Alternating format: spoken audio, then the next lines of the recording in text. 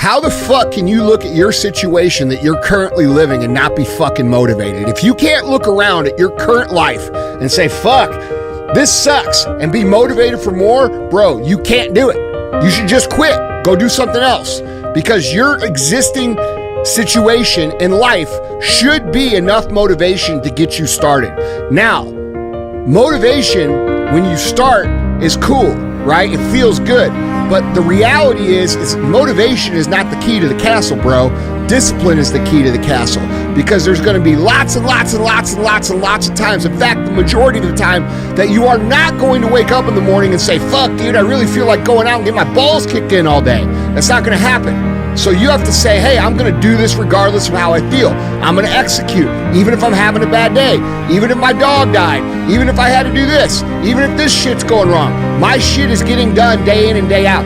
And that is the fucking secret sauce about winning. It's not motivation, but motivation feels good.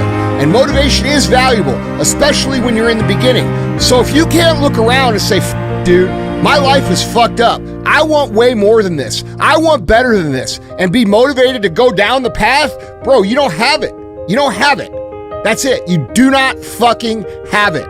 You should just accept your reality like all your friends, all your family. Go sit on the fucking bench and watch the game where everybody else is going to go out and kick ass, because you don't have it if your current situation doesn't motivate you. That's the fucking facts of the matter. You know, in society, bro, there is a disproportionate amount of value placed on motivation compared to discipline. People think that it's motivation. They think, oh, dude, let's go do this, right? And they don't understand that it doesn't matter if you feel like doing it. What matters is that you do it. And that's the biggest key that most people can't connect, because, dude, we hear this term, motivational speaker. Okay, so this is why I don't like speaking really, dude, even though I'm great at it. You know, you go to this event, you pay $500, the motherfucker tells you some shit, you walk out of there, you're hyped, and you go home and you don't do anything. Okay, so events are great, but you should go to events where they're going to teach you 1, 2s, 3s, 4s. These are the steps to do it. Because if you don't have that intrinsic motivation to do it, to at least get started, you can't start. So that's assumed that you have that, right? And then you have to work on your discipline. You have to work on your ability to execute when you don't feel like doing it. And that's why the Live Hard program is so important.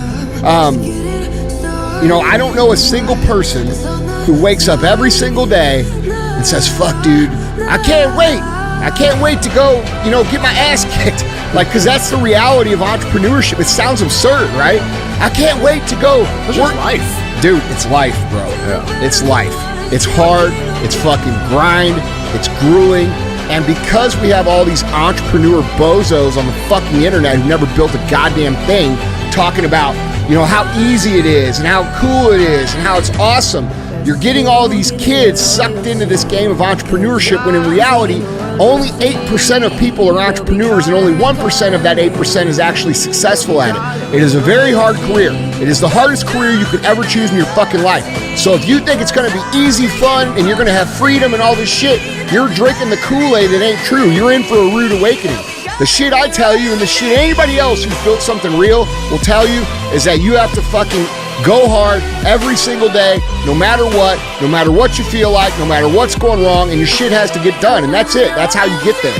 So I don't really, you know, motivation for me, dude, is not a thing anymore. I don't even think about it. I don't wake up and think, man, I don't feel like doing that or whatever, because it's irrelevant.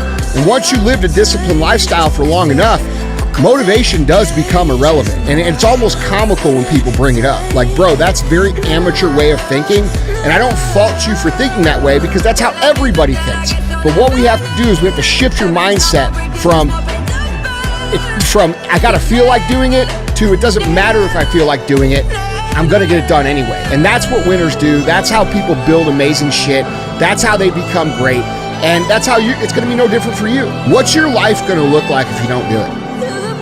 What's your life gonna look like if you don't fucking go out and build what the fuck you wanna build? That you have this little vision in your heart and in your mind of what your life should be like. And what are you gonna feel like if you don't go do that? What are you gonna feel like in a year, 5 years, 10 years, 20 years, when you die? What are you going to be saying? Because I can promise you, bro, that dream ain't going away. That dream was placed in your heart and in your mind by God. It is your purpose, and you are obligated to go build it. And for you to go build that, it's going to require executing when you don't fucking feel like it. So you better just go out and figure this out right now. It's discipline, it's not motivation. Look around at your life. If you can't go from looking around at your life, then just expect your life to get worse and worse and worse and worse and worse. And in 20 years, you're gonna be saying, fuck, I should have fucking went. I should have went and did that.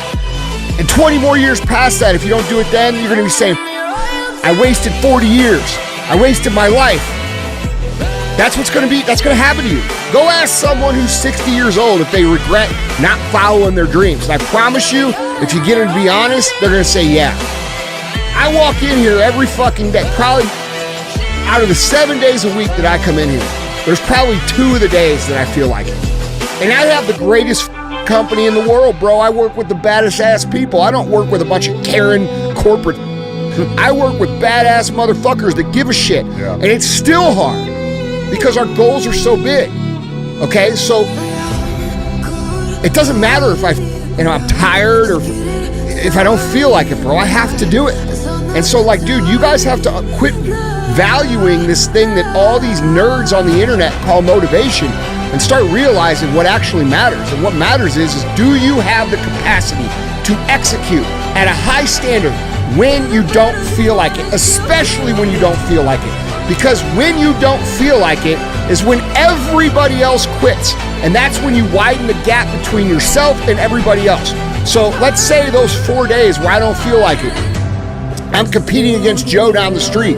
And when he comes in on his 4 days that he doesn't feel like it, he does half-ass shit. But on my 4 days, I'm executing at the highest level because I've developed that skill set of discipline to do so.